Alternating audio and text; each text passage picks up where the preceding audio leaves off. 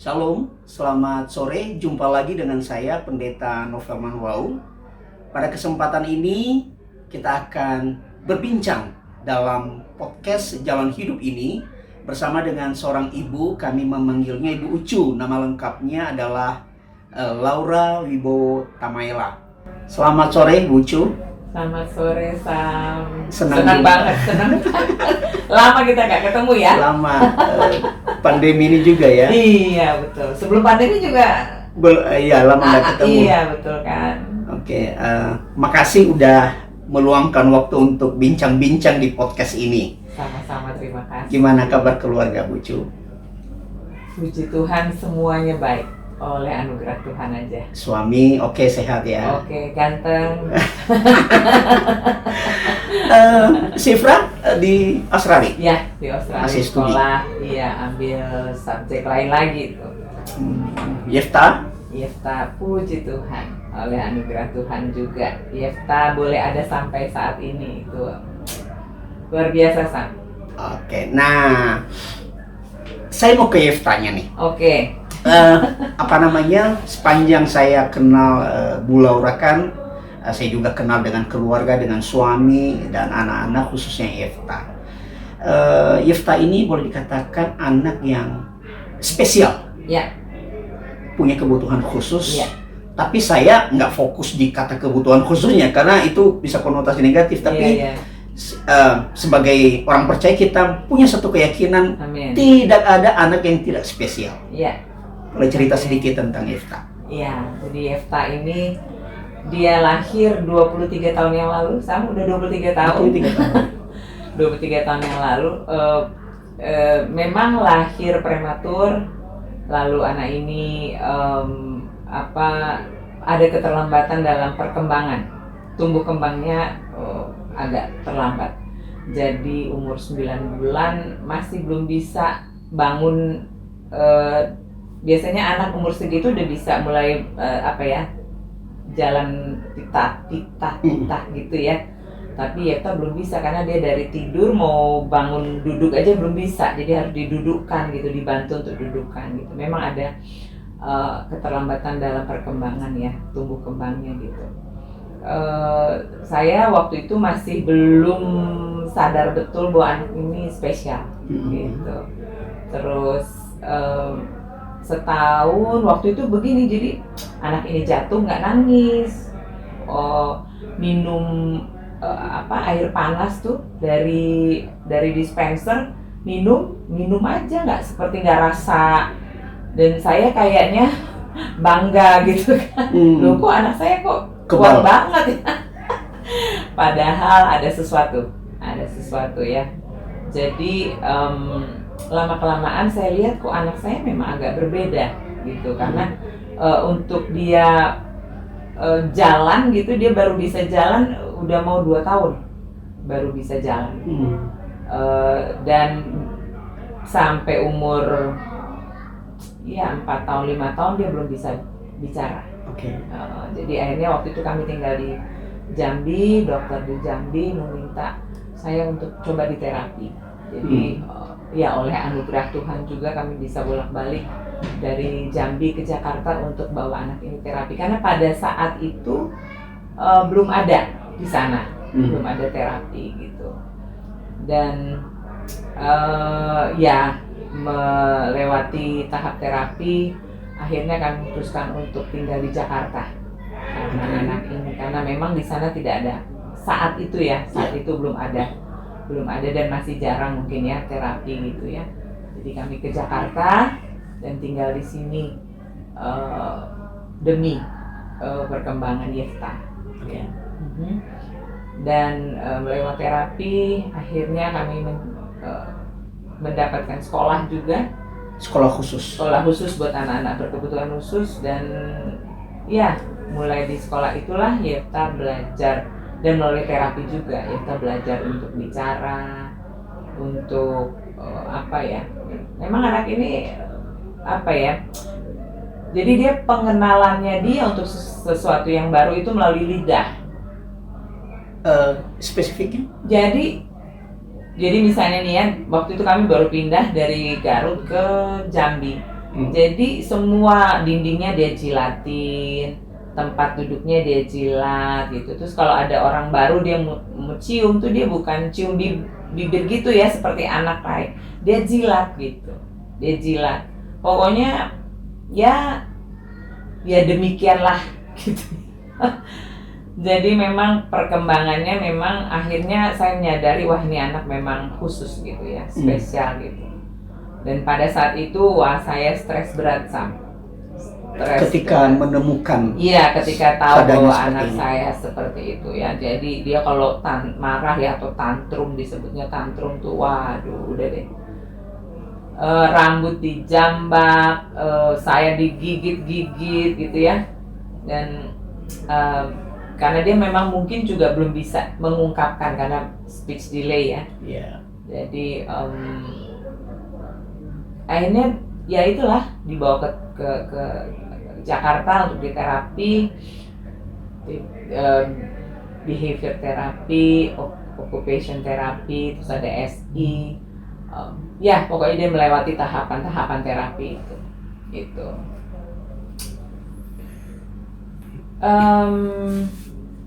Kalau sayanya pada saat itu memang betul-betul tadi seperti saya udah cerita juga bahwa saya stres berat, stres berat ya. Di sana tuh di Jambi apalagi ya, karena memang mungkin suasana. Jadi kami bukan di Jambi, namanya Bajubang. Jadi itu sekitar kalau sejam ya, kalau kita naik mobil sejam dari Jambi ke Bajubang gitu ya, memang di daerah sana gitu. Dan saya stres banget gitu, lihat anak ini sempat protes juga sama Tuhan kok kenapa ya kok anak saya begini gitu kan. Saya merasa udah paling susah di dunia. Karena saya juga ngalamin, saya 7 kali hamil, anak saya cuma jadi 2 gitu ya kan. Ini 4 keguguran, lalu Sifra, lalu sebelum Yefta ada 1 lagi di mana anak saya anencefali. Anencefali itu batok kepalanya nggak ada. Jadi dan dia harus lahir umur 5 bulan dia harus lahir dan dokter, dan itu anugerah Tuhan juga, dokter bilang bahwa anak saya ini akan 15 menit ketika dia keluar pasti meninggal ya, tapi saya minta dok boleh nggak anak saya dibaptis dulu gitu. Ya udah dihubungi waktu itu di Bandung, dihubungi pendeta di Bandung di sana untuk membaptis. Ternyata ada yang meninggal, jadi waduh anak saya nggak sempet dibaptis nih. Ternyata anak saya kayak tahu aja gitu ya, nunggu setelah pendeta datang, nggak lama kemudian dibaptis dan nggak lama kemudian meninggal. Gitu. Jadi memang pada saat itu saya kayak tambah stres lagi ketika tahu bahwa anak saya yang ini ada. Setelah itu Yefta ya? Iya, Yefta lahir dan tadinya saya pikir baik-baik saja, anak laki-laki gitu ya. Ya ternyata saya mengetahui gitu ya bahwa anak saya berkebutuhan khusus. Oke. Bu Ucu, menerima kenyataan ini, beberapa anak yang Tuhan karuniakan tapi dipanggil dalam usia yang baru lahir, yang terakhir ini kan sebelum Yefta ya, baru lahir tidak lama kemudian meninggal. Kemudian lahir Yefta dengan kebutuhan khusus seperti ini. Sempat protes, stres, tapi bisa cerita nggak bagaimana pada akhirnya bisa berdamai dengan keadaan dan memberi hidup untuk melayani anak ini? Ya, jadi gini, ya itulah karena kami punya kebiasaan yang ya setiap malam kami kumpul keluarga untuk berdoa dan memuji Tuhan gitu ya. Dari situlah iman itu memang tumbuh dari situ. Iman itu lahir dari pendengaran akan firman Tuhan ya, udah pastinya. Jadi di situ banyak hal Tuhan bukakan lah gitu ya. Itu satu. Kedua pastinya dari keluarga inti, yaitu suami yang selalu mendukung ya, memberi kekuatan gitu. Saya ingat waktu itu saya datang ke Jakarta untuk ke terapi ya, lalu terapisnya bilang atau psikolognya bilang ya anak ibu ini tidak akan bisa berbicara, dia hanya bisa berbicara dengan satu suku kata, lalu kakinya pensil, jadi maksudnya dia tidak akan bisa mengayuh sepeda dan seterusnya. Waktu di depan dokter itu saya sih biasa-biasa aja, kuat gitu ya, tapi ketika keluar saya telepon suami, Mas Tok, ini anak kita begini-begini. Malah baru mau ngomong udah Mas Tok udah nangis duluan gitu kan. Tapi ya puji Tuhan waktu itu Mas Toto bilang, tenang Cu, kita percaya bahwa Allah kita besar. Tenang Cu, kita percaya Allah kita besar. Tuhan itu selalu melihat hati. Tuhan itu selalu melihat hati. Dia selalu fokusnya kepada hati. Anak ini Tuhan akan berkati hatinya gitu ya. Tuh kan bener kan ada tisu kan. Jadinya waktu itu memang saya mendapat kekuatan lah dari suami dan bilang ya kita jalani bersama ya Cu ya. Ya, oke.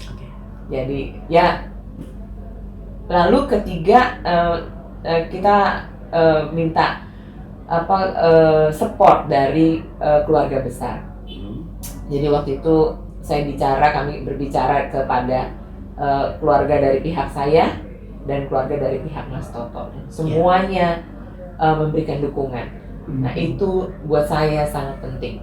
Itu utama banget yang membuat kami bisa survive itu adalah firman Tuhan, keluarga inti dan keluarga besar gitu ya. Dan selain itu juga kemudian kami ada gereja yang betul-betul mensupport, mendukung kami dengan doa-doa yang Samuel juga termasuk salah satunya.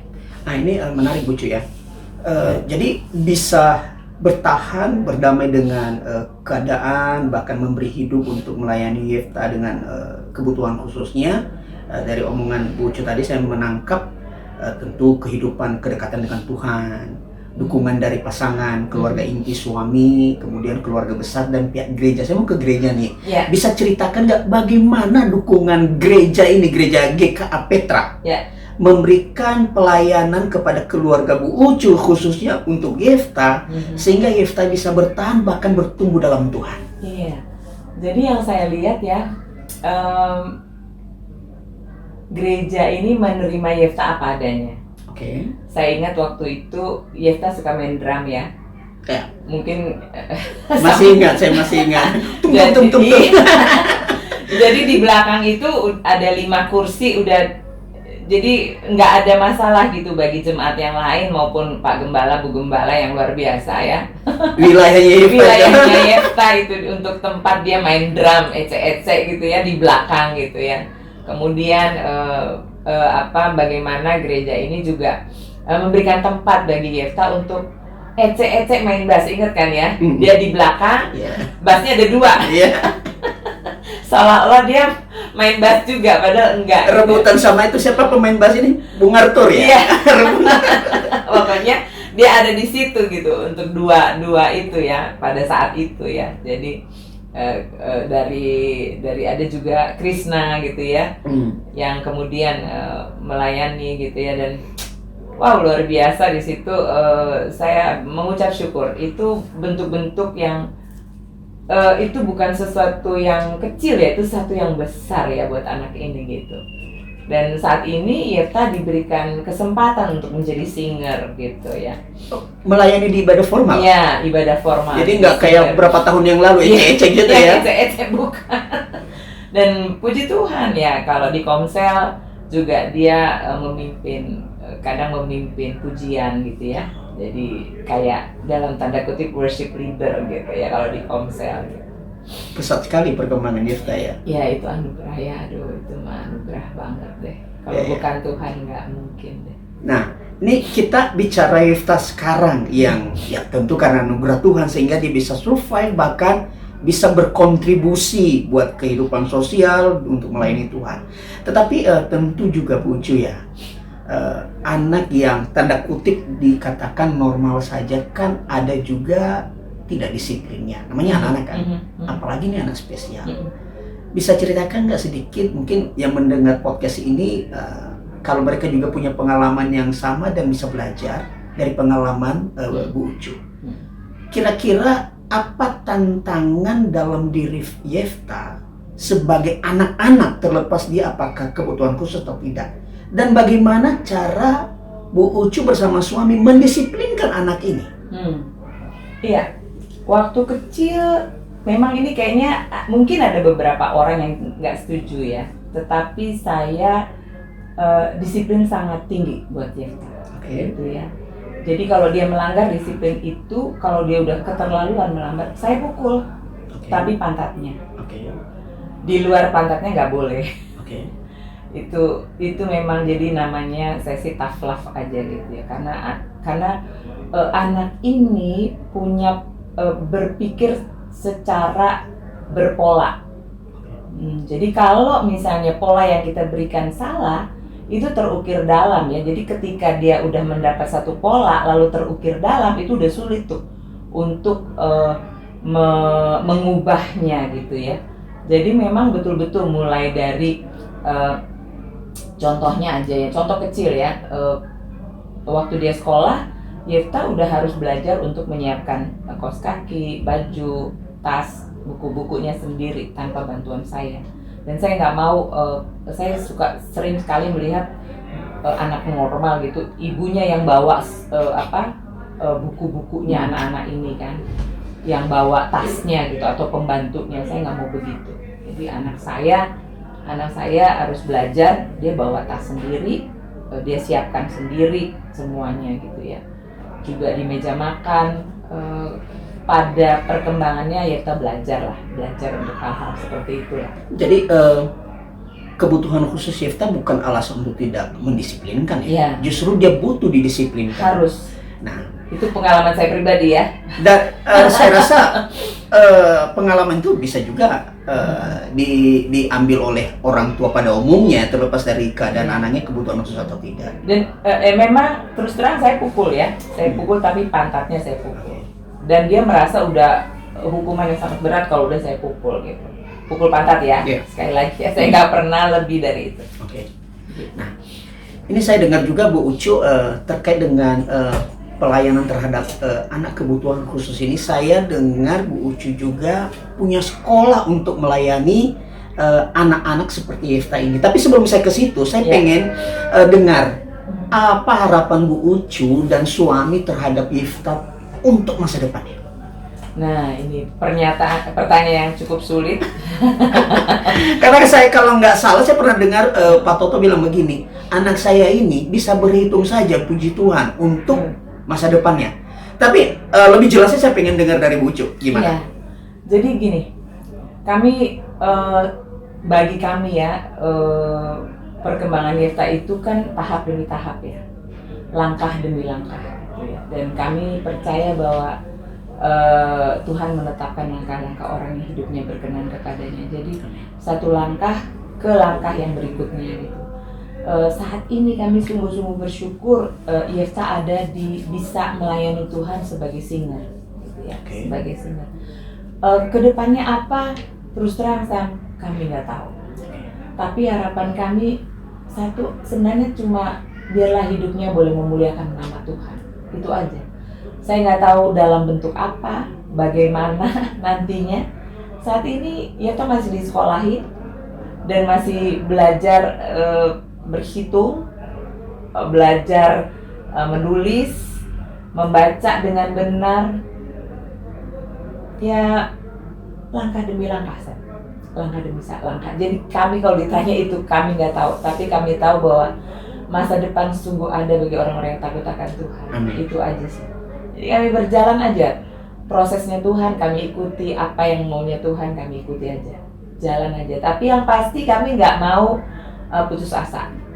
Banyak kejutan bersama Tuhan. Betul. Banyak kejutan, bener banget Sam, bener banget. Yang dokter vonis seperti ini ternyata lebih daripada itu. Ya betul. Jadi waktu dulu Yefta kan dibilang tidak bisa bicara. hanya satu suku kata. Dan Tuhan bilang enggak. Yefta bicara kalau Tidur aja ya. iya, hanya waktu tidur aja dia nggak bicara. Sepanjang dia dari pagi sampai ngomong terus, entah apa yang ditanya, entah apa yang dia komentar gitu ya. Itu satu. Dibilang tidak bisa mengayuh sepeda anak ini, dan ternyata dia bisa bersepeda, dia bisa bersepeda. Dan kami sendiri nggak tahu. Jadi waktu itu kami ada liburan, ambil waktu liburan keluarga di Ancol gitu, terus menginap di sana, terus ada sewa sepeda gitu kan. Dia merengek, sepeda gitu kan. Lu bisa ngomong betul dia saat itu umur berapa ya? Lupa, 6 tahun, 7 tahun ya. Akhirnya ya kami sewakan aja. Tentunya bisa tuh, nggak ada yang ngajarin. Sebelumnya kami ada sepeda di rumah, tapi dia bukan mengayuh, jadi dia apa sih ya? Dorong-dorong. Nah, dia naik di situ tapi dorong pakai kaki gitu. Tapi waktu itu kami, surprise. Tuhan selalu kasih surprise, bener deh. Kejutan demi kejutan, bener Sam. Jadi pada situ dan saat itu kami bersyukur, gitu ya. Kami bersyukur. Seperti halnya gini, jadi cerita panjang lagi nih. Nggak bisa ngomong kan dibilang ya. Tautonya waktu itu kami dari Bajubang, Jambi mau ke Jakarta karena untuk mau terapi. Tautonya dia seperti gitu kan ya, menunjuk kakaknya gitu. Dan pada saat itu dia bisa ngomong kakak. Itu kata pertamanya kakak, bukan ayah ibu. Oh gitu ya. Jadi Sifra kalau nonton podcast ini ingat, kedekatan batin itu kakak bukan ayah dan ibu. Iya, itu betul banget, deket banget mereka. Jadi waktu dulu Sifra mau les gitu ya, les biola di Bajubang, harus ke Jambi gitu ya. Nah, kakaknya harus bawa foto adiknya harus pegang foto kakaknya. Oh gitu, sampai sedekat itu ya. Iya. Jadi kalau saya tegur kakaknya juga, kalau kemarin kakaknya gitu, dia akan berada di tengah-tengah antara kakaknya dan saya, sudah begini. Sifra, Yefta. Yep. Oh, oke. Jadi memang ya begitulah. Oke. Pucu, ini cerita tentang Yefta. Saya pikir ya, memberikan hidup melayani Yefta, anak spesial, ini udah menguras energi. Kenapa masih ngambil tanggung jawab lebih daripada itu? Membuka sekolah untuk anak-anak kebutuhan khusus yang lainnya. Iya. Apa sih motivasinya? Apa dorongannya nih? Jadi pertamanya sekolah Yefta itu ditutup. Itu Juli 2016. Okay. Jadi saya bingung, Tuhan, saya mesti cari lagi gitu kan, sekolah lagi, mana nih, bagaimana. Lalu guru-gurunya Yefta juga pada saat itu bingung mau bekerja di mana. Jadi guru-gurunya yang mengusulkan, Bu, buka aja sekolah, Bu, kami ngajar di sana gitu kan. Saya bicarakan dengan suami, gimana mas? Ayo buka aja yuk. Saya pikir ada banyak anak-anak seperti Yefta yang harus ditolong gitu. Itu aja sih pemikiran saya. Iya ya, teman-temannya Yefta juga kan dengan sekolahnya ditutup, nggak ada sekolah gitu ya. Ya berupaya, berdoa, kayak kami cari tempat, dan akhirnya dapat satu tempat di Jalan Pemuda nomor Jakarta 29, Jakarta Timur. Ada teman yang memberikan, bukan memberikan ya, disewa juga, tapi maksudnya dengan adanya tempat itu yang terbuka gitu bagi kami gitu ya, jadi kan bisa buka sekolah di situ. Dan itu kawasan yang memang khusus untuk pendidikan, jadi itu anugerah Tuhan ya. Jadi bulan Juli 2016 sekolahnya Yefta yang lama ditutup, lalu kami coba buka, dan 13 September 2016 sekolah yang baru dibuka. Dan saya pikir cukup cepat ya, dari Juli ke September, Juli, Agustus, September, langsung itulah. Saya pikir kalau bukan Tuhan kayaknya nggak mungkin deh. Hmm, hmm.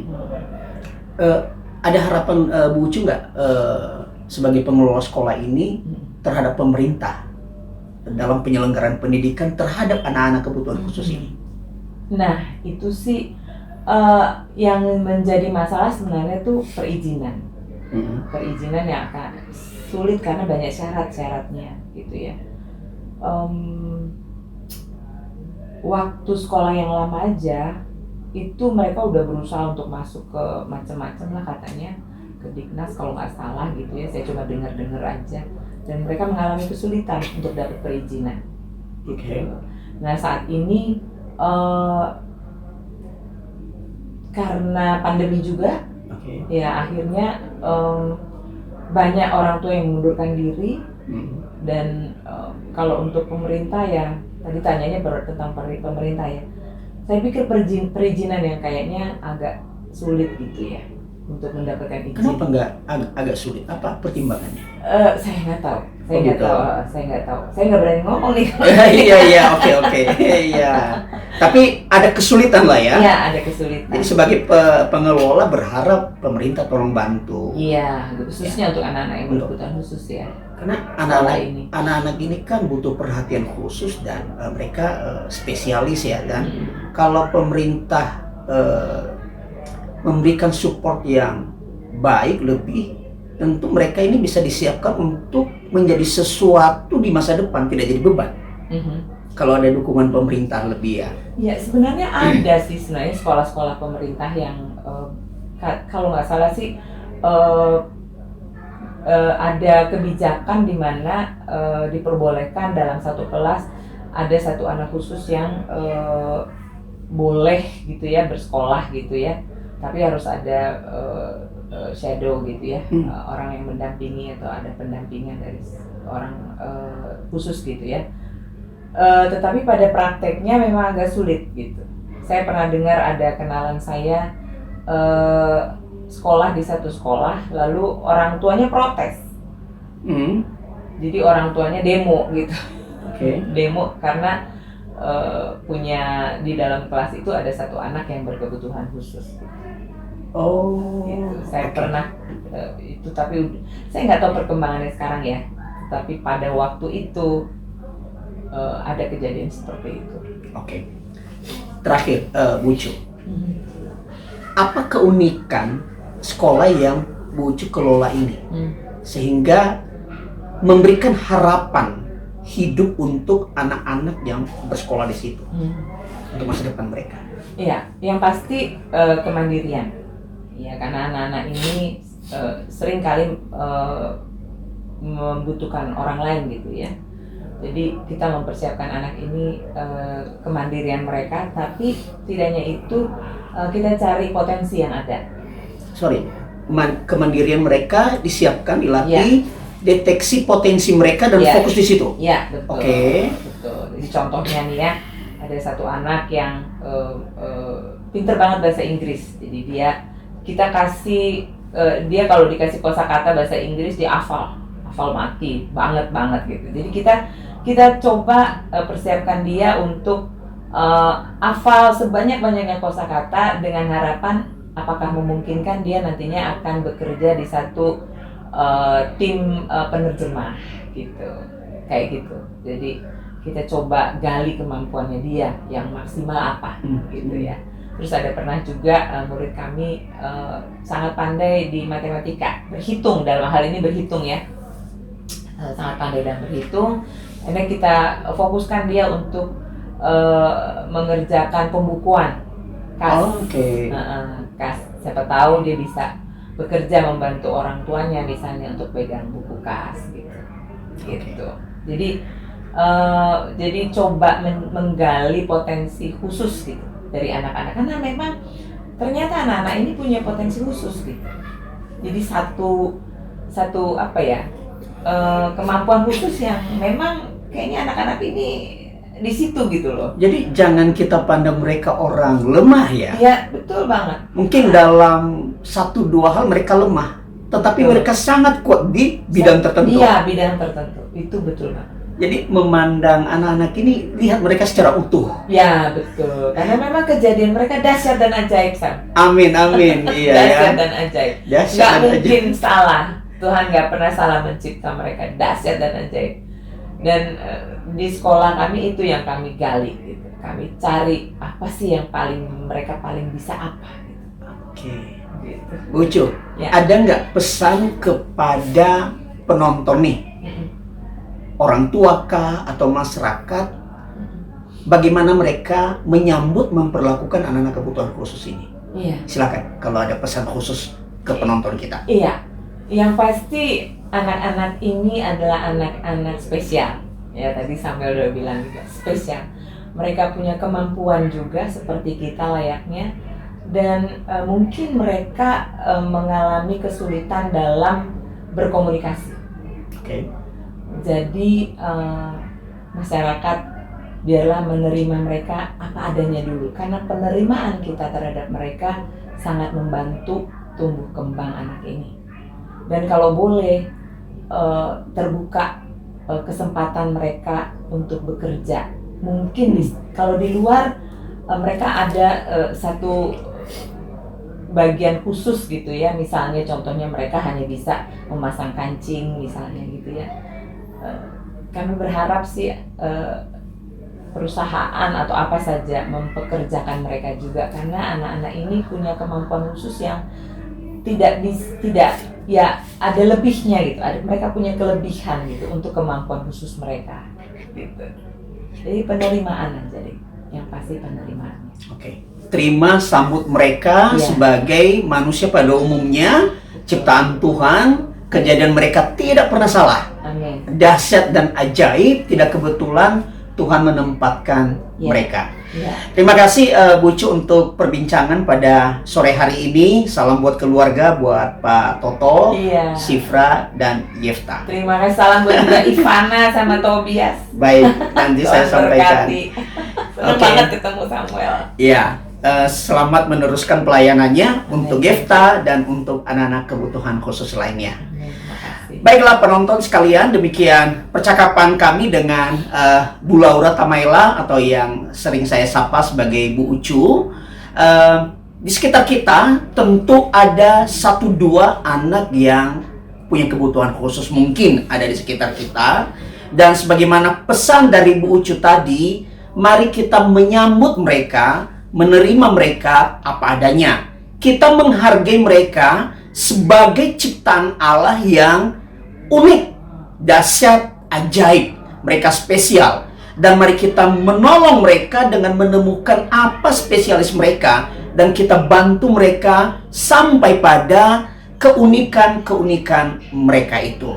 Mari kita menjadi berkat buat mereka dengan menyambut dan menolong mereka. Demikian percakapan podcast Jalan Hidup pada kesempatan ini. Mari tiap-tiap dari kita menemukan jalan hidupnya dan kita komitmen untuk melayani di sana sesuai panggilan kita masing-masing. Tuhan memberkati. Shalom.